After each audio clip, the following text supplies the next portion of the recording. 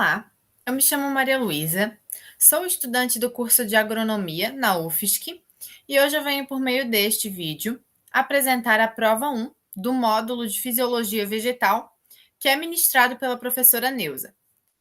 Essa prova consistia em assistirmos a um vídeo chamado Um Rio Sobre Nós, que é uma palestra dada por Eduardo Donato Nobre.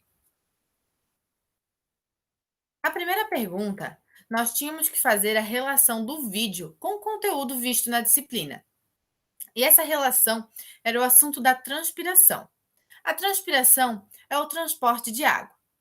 E a transpiração envolve desde a absorção da água pelas raízes, até o transporte da água através do xilema e a sua evaporação.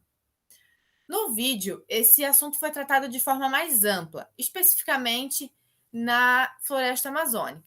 Já nas aulas, nós abordamos esse assunto de forma mais completa,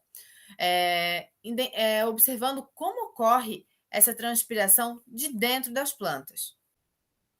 Na segunda pergunta, nós tínhamos uma comparação. Fazia uma analogia ao sistema cardiovascular do ser humano com a circulação de água nas florestas e nas plantas.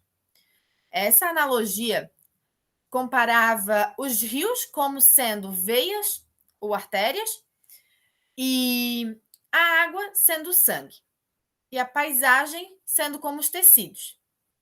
Ou seja, a água atuaria drenando e irrigando esses tecidos, no caso a paisagem, formando um ciclo.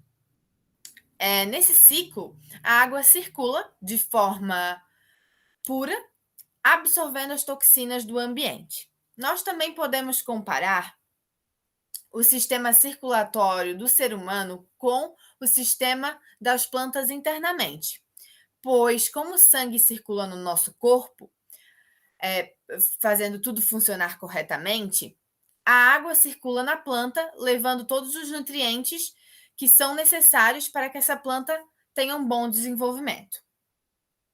A pergunta 3, os órgãos que são essenciais para o transporte de água são a raiz, o caule e a folha.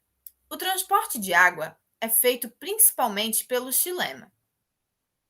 O xilema possui células que são especializadas para que esse transporte de água seja feito de forma eficiente.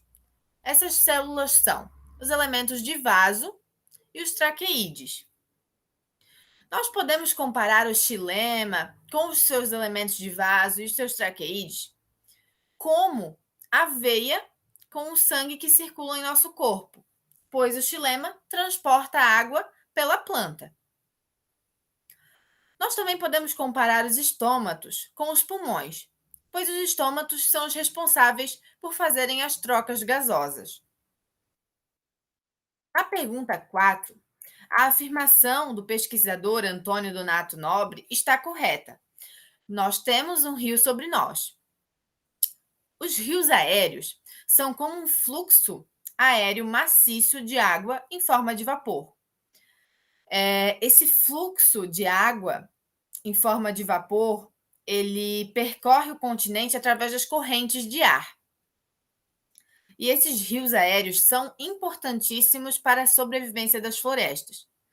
São eles também que garantem boa parte dos recursos hídricos brasileiros.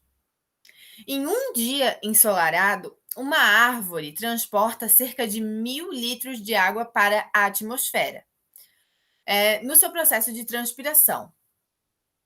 Juntando todas as árvores, elas transportam cerca de 20 bilhões de toneladas de água para a atmosfera.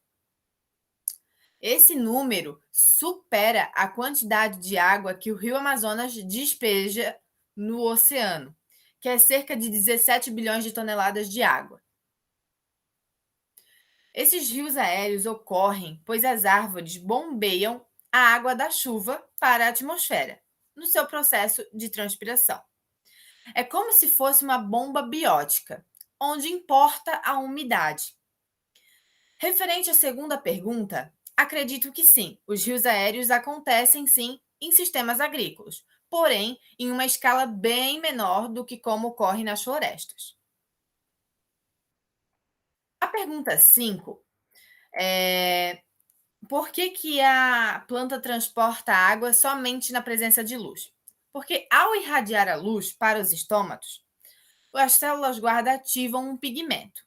Esse pigmento ativa as células para entrarem em um mecanismo de entrada de cloro e potássio, causando uma diferença no potencial hídrico, tornando essa célula mais concentrada, ou seja, mais negativa.